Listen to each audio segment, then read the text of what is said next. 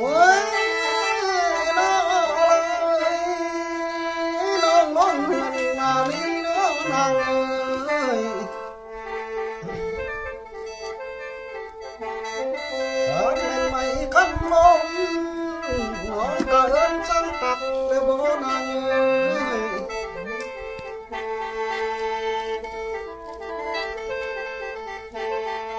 ถ้าเป็นไม่คำลมน้องก็เอิ้นจังโตแล้วบ่นางเอ้ย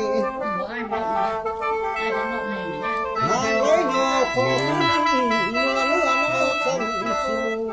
น้องเลยสั่งทุกแก้วสิสาแล้วจังไหนมาบ่น้องลา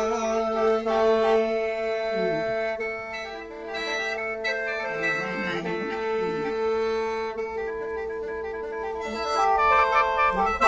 โอ้ยน้องลายน้องก็สั่งดึงเพลงลาแล้วบ่สิลำเพลงคนลุกล้อแล้วบ่นางเอ้ยสั่งตึงโตน้อยน้อยสิเกี่ยวข้างอยู่บ่วางเศร้าคำนางแล้วบ่ลาย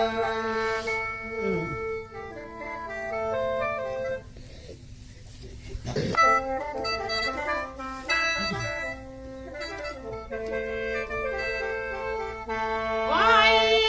น้องไอ้เอ้ยก็ทำเขาน้องไอ้เอ้ยน้องนุ่งเงินมานี่ที่มีซ้อนน้องก็ไหลแล้วไรใหญ่เอ้ยน้องก็ทำเขาใจก็ทำเขาน้องน้องนุ่งเงินมานี่ที่บางแล้วน้องจิ้มมาในเนื้อไอ้เนื้อน้องก็ตาหล่นจนจะต้องคอยจิ้มให้มาในเนื้อไอ้เนื้ออันว่าลูกเล็กเก่าน้องขอบแล้วจิ้มให้มาแล้วไว้ เจ็ดสิบไปด้วย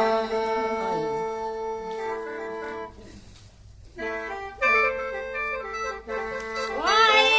น้องอายเอ้ยน้องยักข้ามเข้าอายด้วยน้องขอบใจถ้ามีเมียหรือว่าไปหน่อยเอ้ย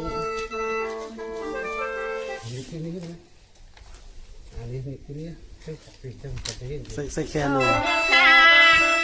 เก่าอายสงายพร้อมแม่ทุกคนว้าววายว้า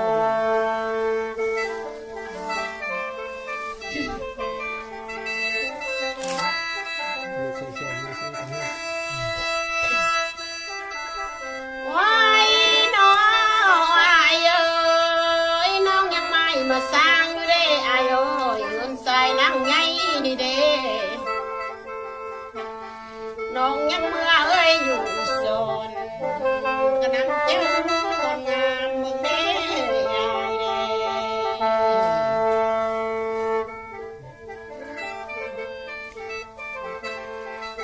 หายก็ว่าอุ่นยิ่งบ่ต้นจริงบ่มีหน้ายังหุบมาเดาเนื้อหายก็ว่าจริงแท้กับหมูปลามาสู้เหนื่อยเด้อแกนน้องมาหดแล้วกับต้นน้องแม่นบ่นี่เนื้อเด้อวายเด้อ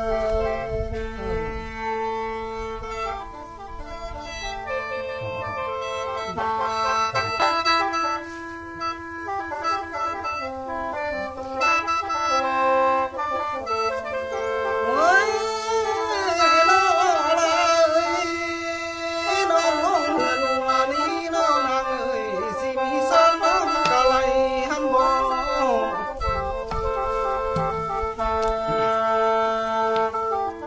ท้องลงเงินมานี่สิมีใส่นางกะปอยหันบ่นาง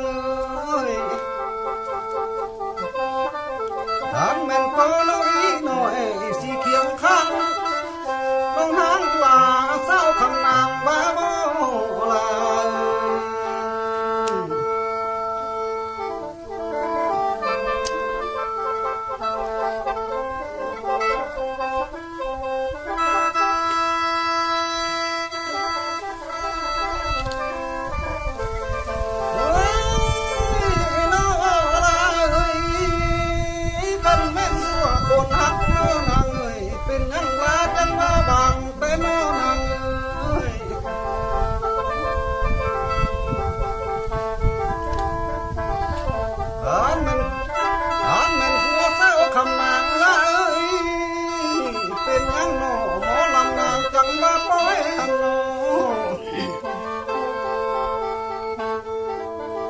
มันก็อีเล็กน้อยน้อย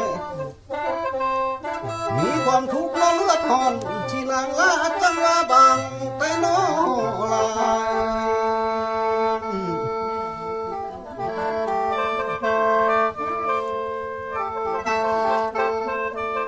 เฮ้ย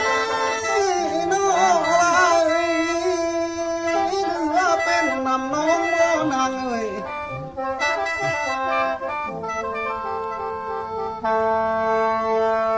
ขันผัวนางไปให้เล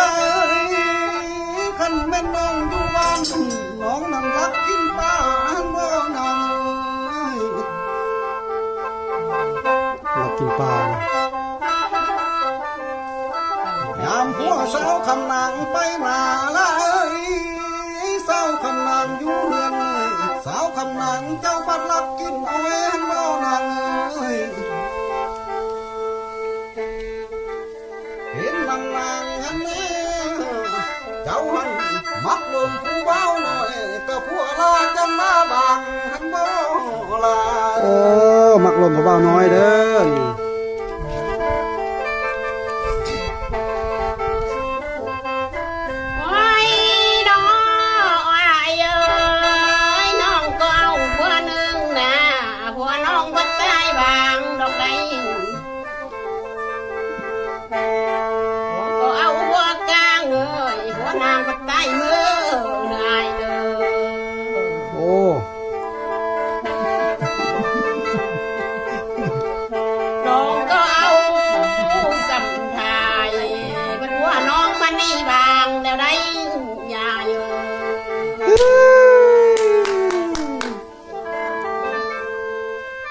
เดี๋ยวนี้นา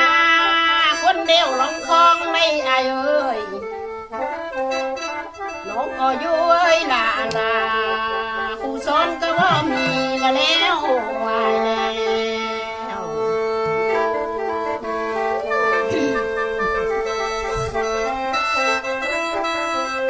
วายน้องวายเอ้ยอายยำคันแทบ่อายเอ้ยยำคันเป็นค่อยสร้างแทบ่วันนี้นางยังลูกอ่อนวายบ่ทำมาคานเมื่ออยู่สนสินำน้องผู้เดียวแค่บ่วายบ่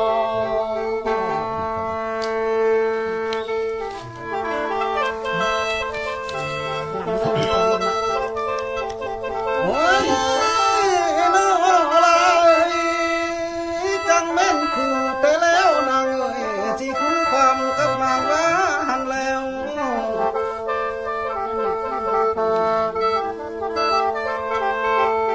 พันแม่นความใต้นี้สิแค้นขอจูวัดยังเป็น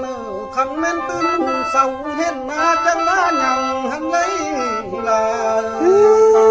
สามว่าเถอะเนาะบ่คำเมยบ่ไรเนาะ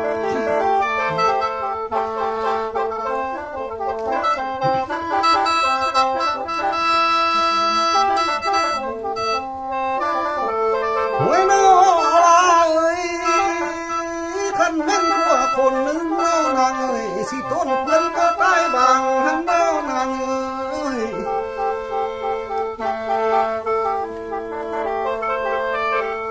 อันแม่นผัวคนกลางลายสิผัวนางก็ตายปล่อยหันบ่ผัวผู้ลาน้อยญาติน้อยสิต้นเพื่อนก็มีบางเศร้าคำนางลาบ่ลา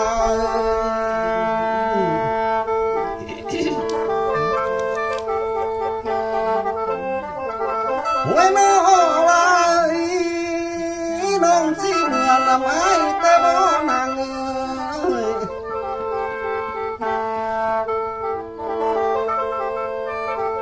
ขันน้องเมื่อละไม้ได้ขันแม่นเมียคนล่วงอายหน้าเธออยู่เหือนแปลงหน้าดอกนางเลย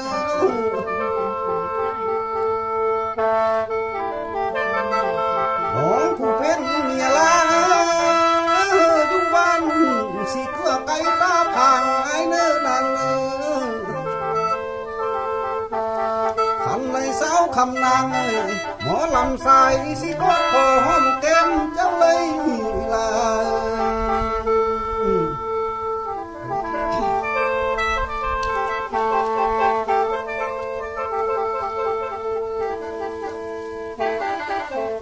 ว้ายน้องอ้ายเอ้ยน้องก็ดุกใจลำเด้อ้ายเอ้ยสิผัวนางป่าป้อยนี่นาน้องก็ดุกใจลำสิผัวน้องมันนี่บางนี่เด้อ้ายเอ้ยมีตัวน้องนอนให้สิหาเจ้าอยู่ผู้เดียวนี่บ่วายบ่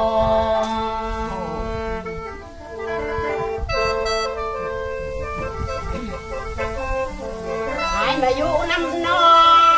งกินข้าวว่ายันจาเลยบ่หายมาอยู่น้ำน้องกินปลาบ่ยันกังบ่วายบ่หายไปสร้างน้ำนองที่ทำลูกกับเมียคนเนื้อลายเนื้อ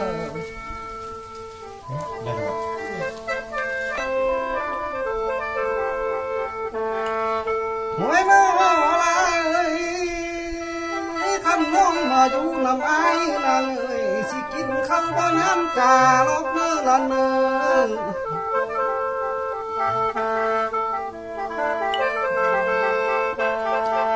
ขันมาอยู่นำสายได้มากินป้ายันบ่จ้อยลอกเนื้อละเนื้อเห็นไว้เจ้ามาอยู่นำแม่น้ออีน้อยสิห้องคอยก็ยังไข่ไรเนื้อลาเนื้อ